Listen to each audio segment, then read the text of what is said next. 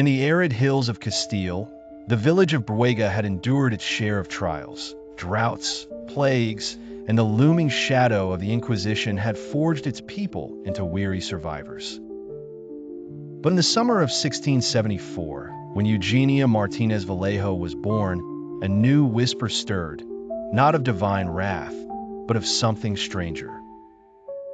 From her first breath, Eugenia was different. Her cries pierced the air, her limbs were stout, her hunger relentless. By her first year, she outgrew her cradle, her round cheeks and swollen limbs straining against swaddling clothes. Her mother, Maria, wept as she struggled to lift her, her back aching under the weight of her own child. The midwife, a withered woman with sunken eyes, crossed herself and muttered of curses. The villagers whispered at the well, their voices low but sharp. Such a child is unnatural, they said. As Eugenia grew, so did the rumors.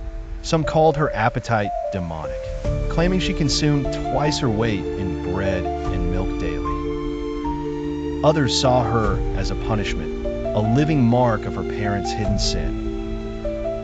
Father Alonso, the priest, watched her with cautious fascination, as if she were a riddle too perilous to solve.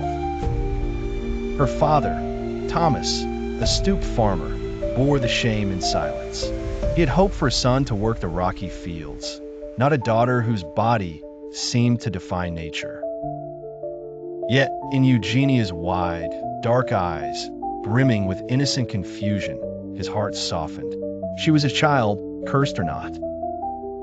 The other children shunned her, hurling stones and taunts of LaMonstrua, the monster, when she neared.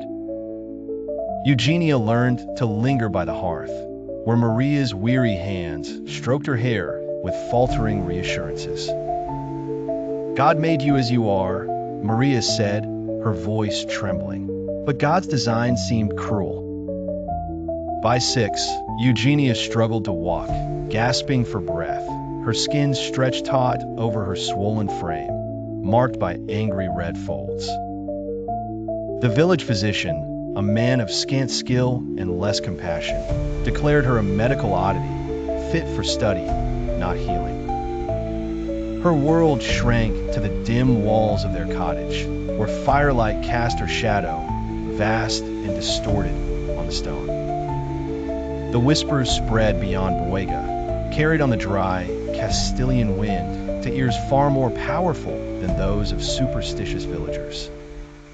The court of Charles II soon heard of the girl who defied nature, and their curiosity would reshape her life.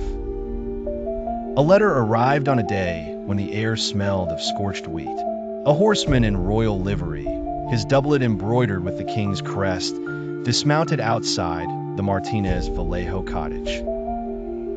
Villagers gathered, eyes wide with awe and dread. Thomas, hands streaked with field dirt, broke the wax seal, a mark he'd seen only on church missives. The village scribe read the words aloud, his voice cracking. By order of His Most Catholic Majesty, Charles II, King of Spain, the child Eugenia Martínez Vallejo is summoned to the Royal Court of Madrid for examination and amusement. Maria clutched Eugenia, her breath shallow. No, she whispered, but the horseman's face was stone. The king's will is law, he said. The child is a marvel of God's creation. His Majesty wishes to see her. Eugenia, her round face flushed with confusion, tugged at her mother's sleeve. Mama, what do they want? Maria had no answer. Her throat had sealed shut. 2 days later, a carriage arrived, its velvet curtains drawn. The villagers watched as Eugenia was dressed in a hastily stitched gown of rough blue wool, straining at the seams. Her hair, usually loose, was pinned under a linen cap. Be brave, Thomas said, pressing a wooden cross into her palm.